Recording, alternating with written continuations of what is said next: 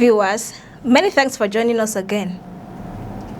Imagine waking up before sunrise, heading to your farm to begin another day of planting, only to become the target of heavily armed attackers.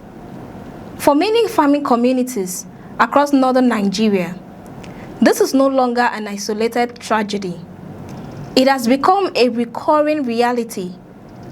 The latest attack in Kaduna State has once again exposed the deadly intersection of insecurity, food production, and rural livelihoods, after armed bandits reportedly killed several farmers and abducted others while they were working in their fields. But why are farming communities increasingly becoming targets? What is driving these repeated attacks despite previous peace agreements? And what does this mean for Nigeria's food security, rural economy, and ongoing effort to restore peace in some of the country's most vulnerable regions? From our own assessment, there are a lot of things that we need to do. We are going back to the drawing board to see how we can collaborate with security agencies so that we can tackle this.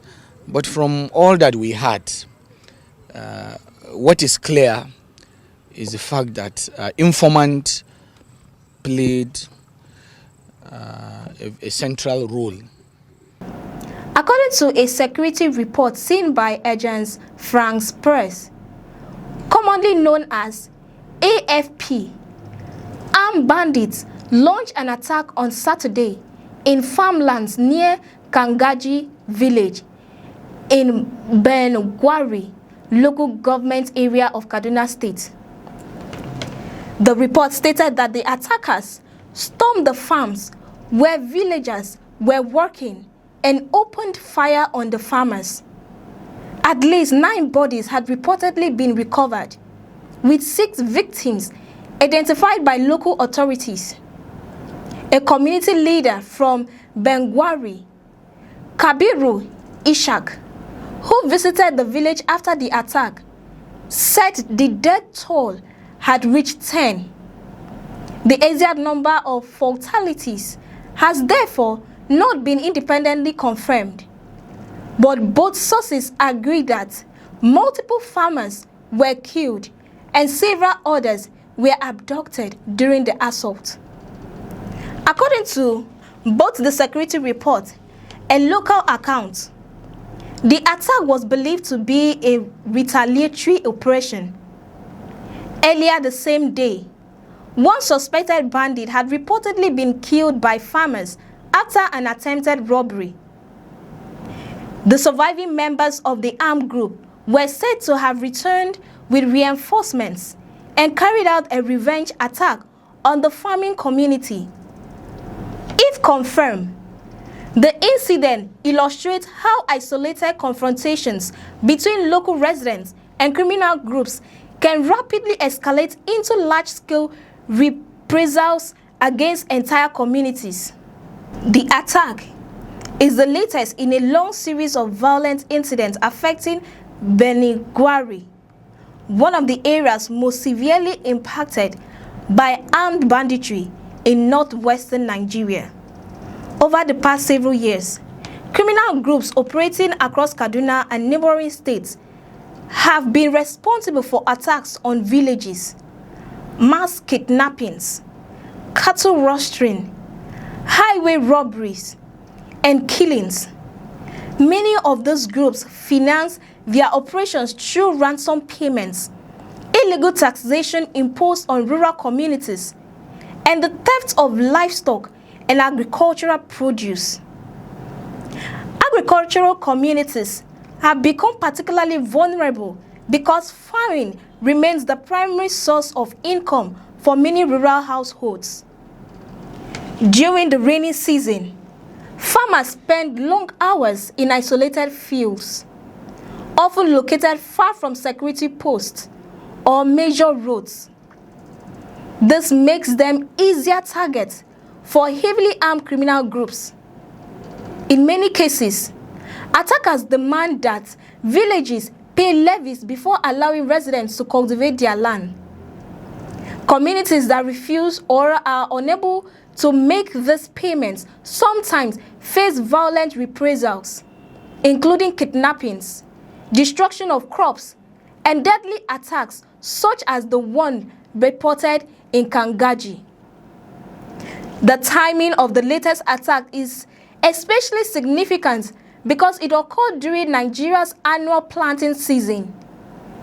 For farmers, this period determines whether they will have enough crops to harvest later in the year. When insecurity prevents cultivation, the effect extends far beyond the immediate victims. Reduced farming activity can contribute to lower food production, increased food prices, loss of household income, and greater humanitarian challenges for already vulnerable communities. Security analysts have repeatedly warned that continued violence in Nigeria's agricultural regions threatens both local livelihoods and national food security. The attack also raises questions about the effectiveness of previous peace initiatives. In November 2024, local authorities brokered a peace agreement between communities in Benguari and some armed groups operating in the region. The objective was to reduce violence, improve security, and allow residents to return safely to farming. However, attacks have continued despite that agreement. Last month alone, local sources reported that at least 6 farmers were killed and about 20 others abducted during another attack on Danauta village in the same district. The recurrence of such incidents has led many observers to question whether local peace agreements can succeed without stronger security enforcement and sustained government presence. Experts studying armed banditry in northwestern Nigeria argue that the problem has evolved into a complex security challenge driven by multiple factors: poverty, weak law enforcement, illegal armed trafficking, competition over natural resources, and limited economic opportunities have all contributed to the growth of criminal networks. While some groups began as cattle rustling gangs, many have expanded into organized kidnapping operations capable of carrying out coordinated attacks across multiple communities. At the same time, security operations have intensified across parts of northern Nigeria. The Nigerian military and other security agencies continue to conduct operations aimed at dismantling bandit camps, disrupting supply networks, and rescuing kidnapped victims. Government officials have repeatedly stated that restoring security in farming communities remains a priority because agriculture plays a vital role in Nigeria's economy and food supply. Nevertheless, the persistence of attacks demonstrates the enormous challenge of securing vast rural areas where criminal groups often exploit difficult terrain and limited infrastructure. Some analysts caution that while military operations remain necessary, security measures alone may not permanently resolve the crisis. They argue that long-term stability will require a combination of effective policing, intelligence gathering, rural development, improved road infrastructure, community engagement, and economic opportunities capable of reducing recruitment into criminal networks. Others emphasize that negotiations with armed groups have produced mixed results, with some agreements temporarily reducing violence, while others have collapsed after renewed attacks. The latest tragedy has also renewed calls for stronger protection of rural communities.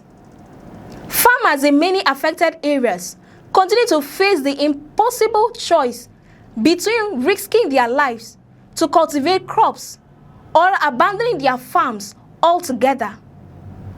Either option carries serious consequences.